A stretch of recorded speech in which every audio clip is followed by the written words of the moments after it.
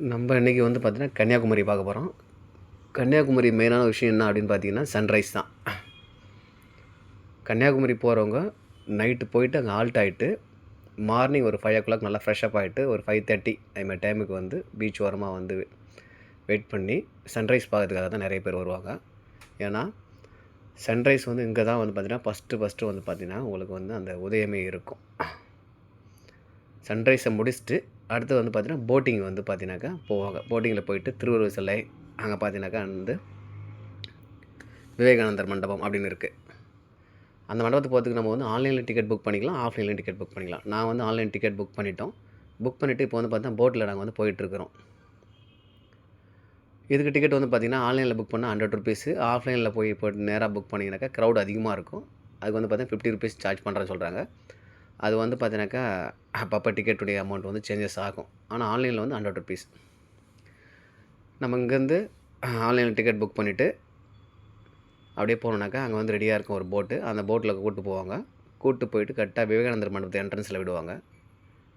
அங்கே விட்ட உடனே அப்படியே ஃபுல்லாக விவேகானந்தர் மண்டபம் ஃபுல்லாக சுற்றி பார்த்துட்டு அங்கேருந்து வந்து பார்த்திங்கன்னா ஒரு கண்ணாடி பாலம் இப்போ தான் புதுசாக ஓப்பன் பண்ணியிருக்காங்க. அந்த கண்ணாடி பாலத்தில் வந்து ஸ்டார்ட் பண்ண அந்த திருவள்ளுவர் சிலைக்கு நம்ம கரெக்டாக வந்துடுவோம். இந்த திருவள்ளுவர் சிலை வந்து பார்த்திங்கன்னா அந்த சுற்றி பார்த்து முடிச்சுட்டு திரும்ப விவேகானந்தர் மண்டபத்து வெளியே போயிட்டு அந்த பக்கம் இறங்கிட்டு அங்கே வந்து போட்டிங் வந்து ரெடியாக இருக்கும். அந்த போட்டிங் வெளியே நம்ம திரும்பவும் ரிட்டனாக நம்ம கரைக்கு போயிடலாம்.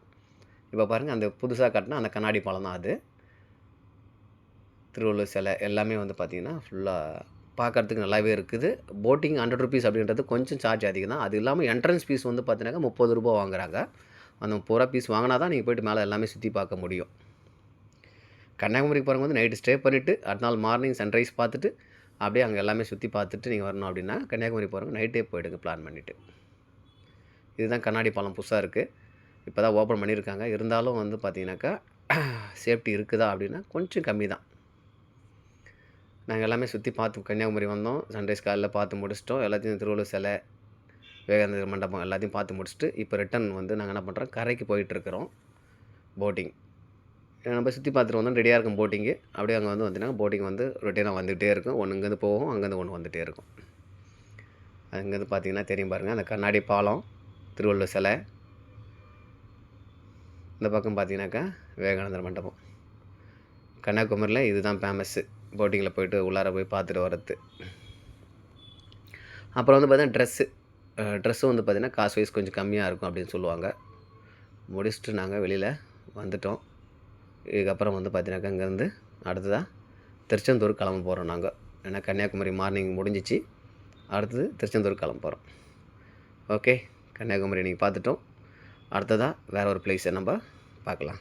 தேங்க்யூ.